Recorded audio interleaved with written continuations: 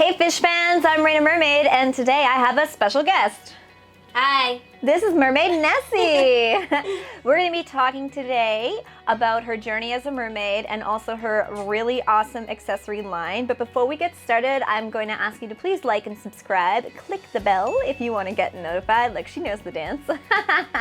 Check us out on patreon.com/RainaMermaid. You can get exclusive access to all kinds of awesome content and merchandise for as little as $2 a month, and we funnel all that funds back into making these videos really good. So Nessie, why Nessie? Where did the name Nessie come from?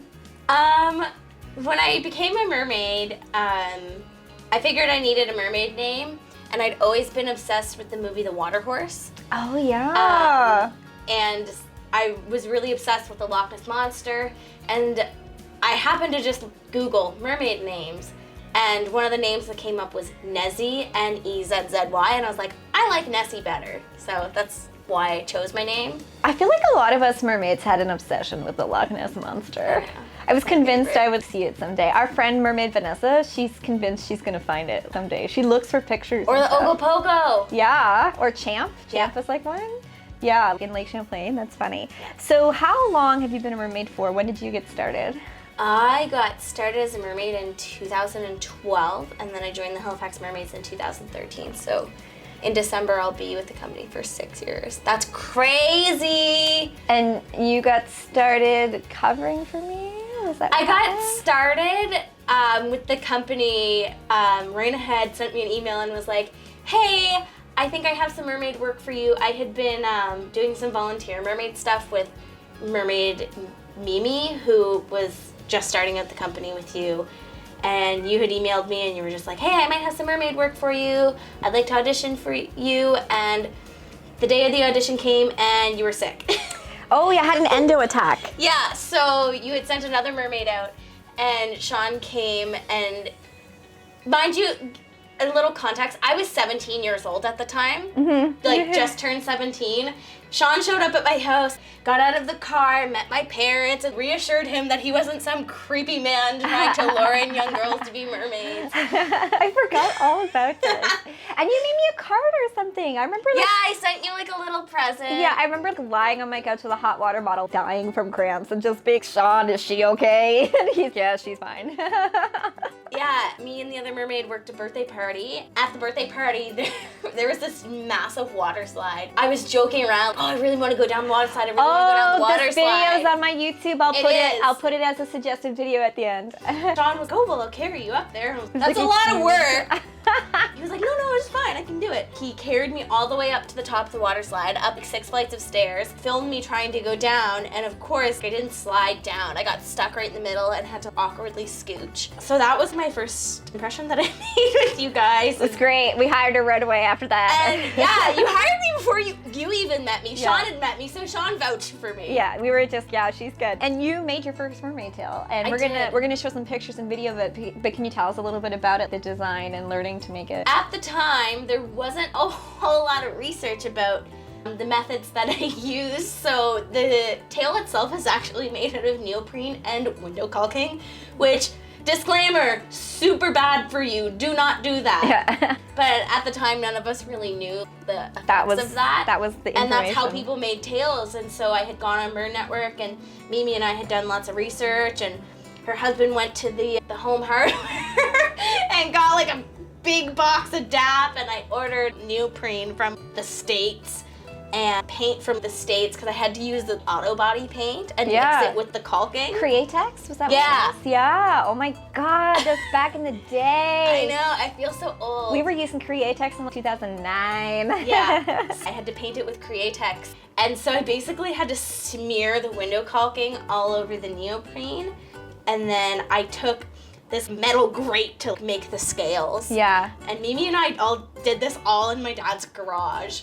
And then you used that tail for so long. I used it for 4 years. Yeah. It went to North Carolina with me. It went in the aquarium with me. There was no fish in the aquarium. No, it was a research facility, and it was completely empty, and they changed the water before any animals were put in it. So I didn't kill any fish. We made sure. But yeah, that tail lasted a really long time. And when I was making it, I had a really hard time finding someone that would sew it because it was so thick and heavy duty. There wasn't a lot of people locally that would sew neoprene. So I had contacted a shoemaking company and they were like, yeah, we can sew it, but it's gonna cost about $100.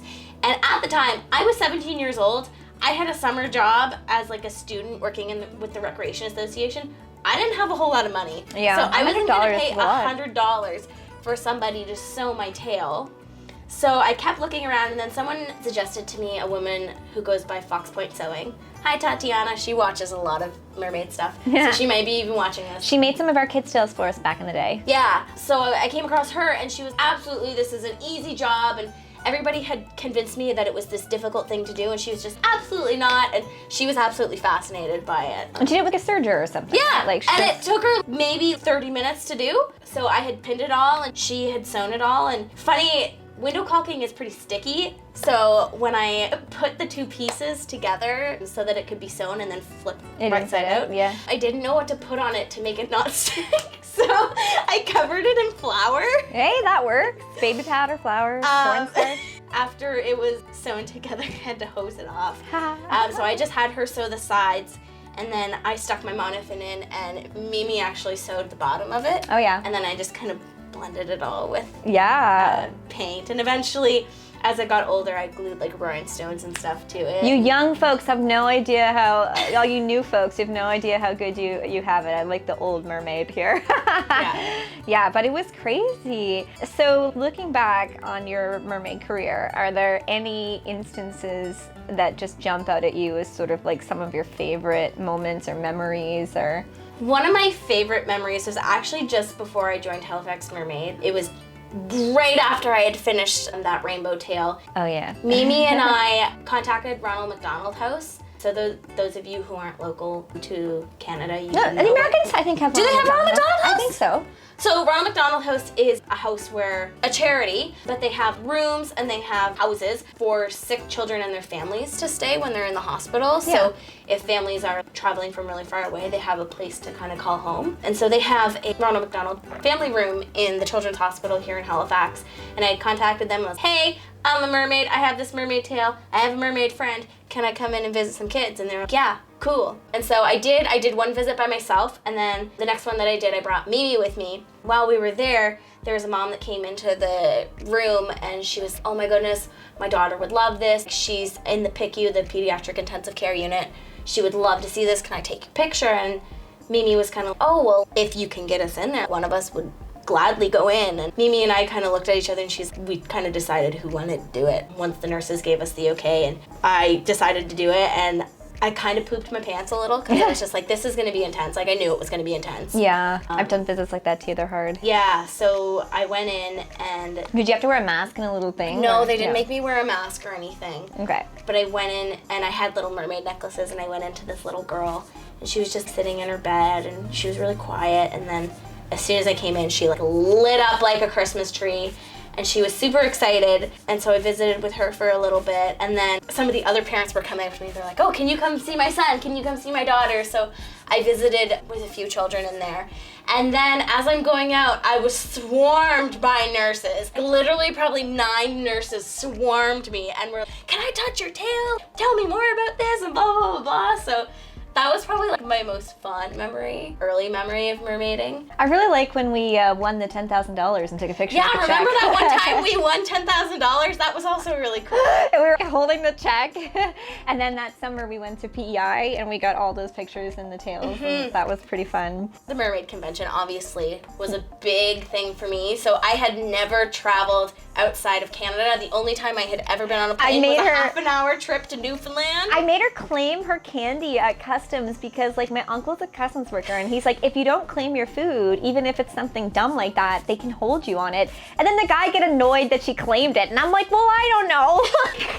I don't want you to get kicked out of the USA. So that whole convention was really fun. Traveling there was crazy. We had Kevin and Martin following us from the documentary crew. we had so much work that you guys helped us with too. Yeah. It was intense. And do you remember being in the room and trying to put together the little necklaces? Yes. And then somebody stole them all. We spent a whole night putting together these Tiny little clasps. meticulous nests. necklaces. to give out to the kids during the kids swim and story time, and only one group got them because somebody just grabbed the whole batch of them and took them. So that was lame. Whoever stole them, you stole those from children. You're lame. But one of my favorite memories from that convention was I met my good friend Ken. Hi Ken, I love you. Diva of the deep. So Ken and I became friends online because we had gotten paired together to do the kids swim at the convention. So we had been talking, we'd been Snapchatting, and we pretty instantly became really close. So meeting Ken for the first time was one of my favorite memories. And Ken's really sweet. We gave Ken that old Mermaid Creations tail. Yeah. I feel kind of emotional talking about this, but I remember Ken being in the lobby of the hotel and seeing them, and I screamed at the top of my lungs. I was like, Ken! And I ran over and jumped into their arms. And it was one of the happiest moments ever. And then I met up with Mermaid Hales because it was right before everybody was kind of coming to the convention. Yeah. So we met up with Mermaid Hales, and they took me to get Philly cheesesteak. Oh, nice. And then they sang karaoke in the hotel room. Yeah. Meanwhile, I'm crying into a corner at all the things going wrong. And we sang Tide is High. On the highway. We were driving, and you and Kristen and I sang Tide is High. Yeah. And it was really awesome having you at that event. Because first of all, because you and Kristen were huge help to John and I, and we could not have done it without you. But it's just really fun to bring that perspective back to the rest of the team, too. Yeah. It was super cool, and it was super cool to meet people that I have known for years and known about for years, to be like, oh hey, you're an actual person and not just these pictures on Instagram. And you also got to do the study that we did with Dalhousie University. Those videos are on here too, so you had to do a bunch of swimming for that, which is cool, and swim in the aquarium. It was difficult. Yeah. Like I think I underestimated how hard it was going to be. Yeah, everybody does. But the engineers were super cool, and we even had, was it Alex? Yeah. Yeah, Alex. He was one of the engineers, and he even got in a tail. Yeah, he tried a tail. Yeah. It was so cool. You can see those videos all on my playlist about us doing the study and all the behind the scenes videos, and we interviewed the engineers, and it was really, really cool. Yeah. So that was a fun one too. We're gonna do a whole separate video on it, but Nessie and I also share some of the same chronic illnesses. Yeah. We both have interstitial cystitis, which is a lot of fun, and right now you're trying a treatment for it. Yeah. So she's taking a little break from mermaiding until 2020 just to adjust to the treatment. Just like me, I'm also taking a break from being a mermaid for gigs until 2020 because my body's dying. So this mermaid season really killed us. We did 101 gigs or something so far. It's funny because a post popped up on my Facebook the other day from 2017. It was a post from you. This has been our craziest mermaid season yet. I bet you're eating your words right now because this summer was nuts. It just keeps getting bigger. At some point, I need to retire, but it keeps getting bigger. Yeah. And Nessie's been with us, me and my sister, and then me and my sister and Mimi, and then me and Nessie and Mimi, and then my sister came back. And then we just kept growing and growing and growing. And now we have a roster of 12 people who just kind of come and go. And we're probably going to have to hire more people over the winter and train them just because we're dying because we're doing all of the gigs. And Nessie also has a really awesome accessory store that you can find on Instagram. And Sean's going to pop the link up there. It's called the Siren Serenade. So tell us a little bit about your pieces. I guess I want to start by saying why I opened my jewelry business. I noticed it in the community.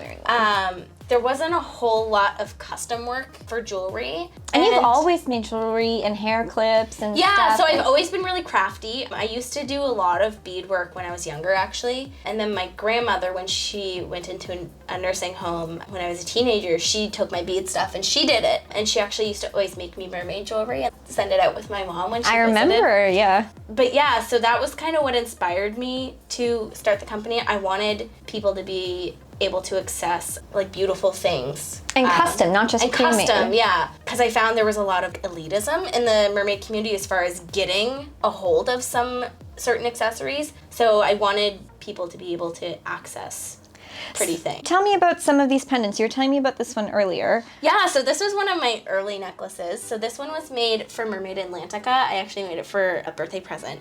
And so this was a pendant that I sourced from an antique shop, like an online antique shop in Ontario. So it's actually an antique shell. It's really delicate. And that was like a wedding gift for her? It was a birthday gift. Birthday gift. And then I made her another necklace as a wedding gift. Yeah.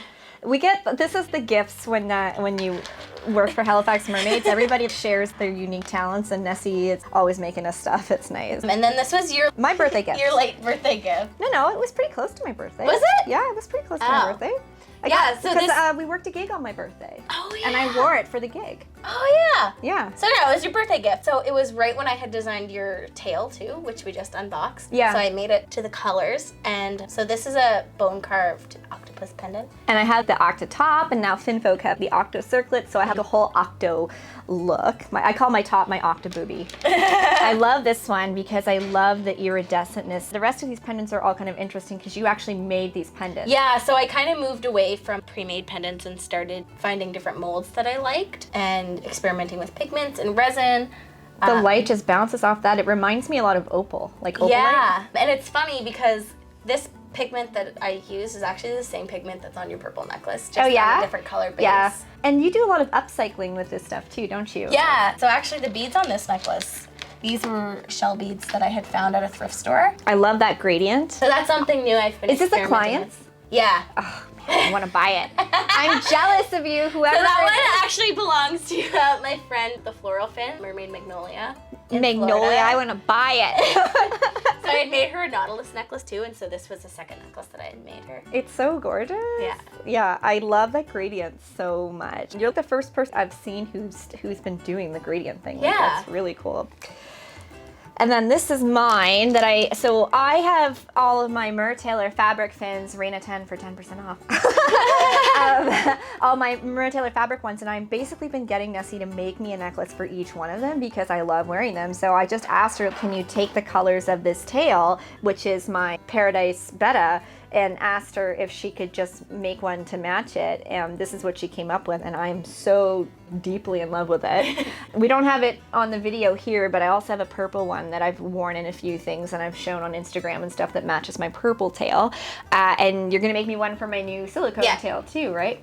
And yeah, and I think I need a blue one to go with my blue and white tail too. But yeah, so there was a little bit of controversy around this particular, even though you physically made this. So what was the... So the molds that I use are commercially available. Yeah. They're cake molds. So it's like Anybody with an somebody make a Amazon account can buy them. Yeah. So they're made for putting fondant and chocolate in.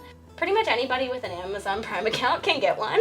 Or Etsy. I've seen a lot of lap over with not even just this mold but other molds. I've seen some lap over with some seahorse molds that a lot of people have been using.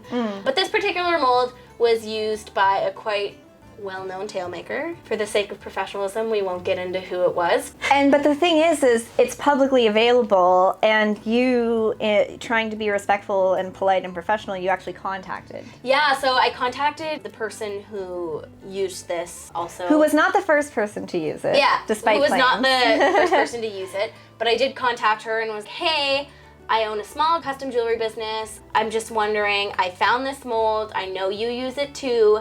How would you feel if I offered it to clients? And there's like the difference between you and them too is also that you are specifically doing custom work, and they're doing pre-made limited stuff that just kind of comes out in bursts, right? And you're looking to do something that custom matches people's ideas. Yeah, and if you look at my work and their work, the beading styles are very different, and you can very obviously tell. Well, I own one by each, and there's different clasps, there's different beading. And I own one Yeah. by her as well, and I think it's beautiful. I would never downgrade her work just because we had some drama. Her work is very beautiful, and I think obviously my work is beautiful You've had too. different things too, where you've done gradients on this. You've got beads coming off. You've got beads coming off the sides. I've seen you do a lot of variations. So yeah, I was really disappointed in all of that because that person had been in the same position before, where they had talked to people and wanted to do their own version of things. So that, I kind of found that really annoying. So. It was more so hurtful that it was brought public. I don't think they knew that I was part of the group where they posted it publicly. Or that you worked for me. Yeah. Maybe. So, yeah, I mean, that aside, like, I have no hard feelings, I guess. I was just disappointed in the behavior, and the only reason I bring it up is because a lot of people saw it go down. It's like getting mad at somebody for using the same stock photo. It's a stock photo. It's like a stock mold, right? Yeah. I also have a cuter version of this that I bought with you when you went to university. Yeah, so 4 years ago. 4 years ago. And I actually went to a thrift store not long ago and found a necklace that's very similar. And I know a lot of other mermaids that use the same mold. Mermaid Whims, she makes beautiful necklaces with this. I've seen headdresses with them as well. Yeah. Yeah. And I feel really bad for people. Mermaid Whims did reach out to me and she was, thank you for, kind of taking the bullet for everybody because, I haven't been wanting to post my necklace because I knew everybody would attack me. Yeah. I think that's really sad that we've gotten to a point in the community where we can't share similarities and do our own thing. Yeah, it's definitely your own version, and especially when you see your collection as a whole. I'm also wearing this one, which is really funny because you made this and a couple others, and you and I went for a swim, and I offered to get some pictures in it, and then right away can you just send me an invoice? I'm gonna buy it. I love it. It's so cute. I actually just wear it regular every day, all the time. Mermaid Morgana, her jewelry shop that she has, I also wear hers every day, like regular stuff all the time.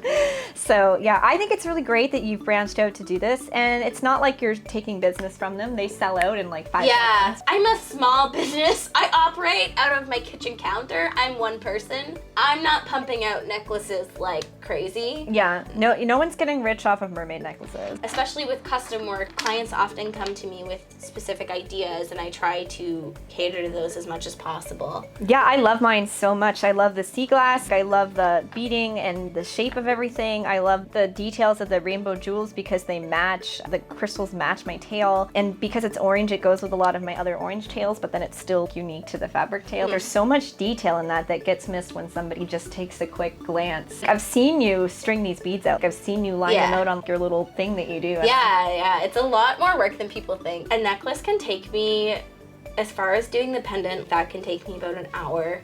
And then actually, I put every single hook into those by hand, so I don't use a drill or anything. And I will say that there is a bit of a quality difference between yours and some of the others I've seen as well, where the one that I bought was almost $300 Canadian and it broke the first time I wore it because it was done with fishing line. And this is an actual chain. There's a quality difference there too with being sturdy and stable and water resistant and everything. A necklace can take me anywhere from, in total, making the pendant, gluing all the crystals, arranging all the beads, it can take me anywhere from 4 to 7 hours just to put it together. And that's just the assembly. And that blows my mind that people can do that because I tried to make necklaces and hair pieces and stuff when I first started out. I tried to be self-sufficient because there was nobody to buy from, or I would get stuff as gifts and it would break and I would try to repair it and my fingers would be bleeding. I just had so much trouble, or I'd end up crying and asking Sean to use pliers and try to fix things for me because I was just so frustrated. So my mind is always blown. And one of our other mermaids, Victoria, she's getting into stuff and she makes silicone stuff. And she makes amazing stuff. And I have a silicone top from her, and it is the most comfortable top I've ever worn in my Flute life. Boutique. Ugh. And then Twala makes headpieces, Twala's Treasures. It's crazy how much talent is in our group, and then Mimi's always upcycling stuff. Mimi will wear legitimate seaweed as an accessory.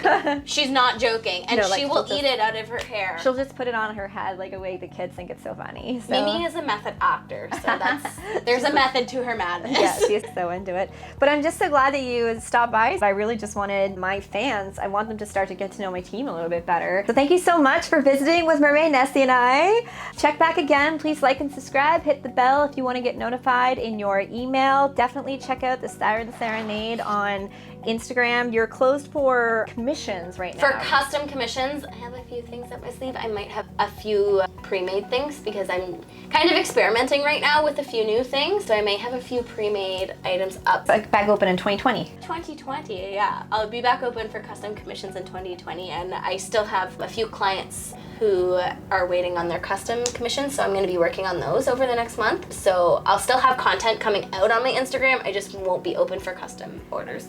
Yeah. So definitely check it out. Give her page a like and a share.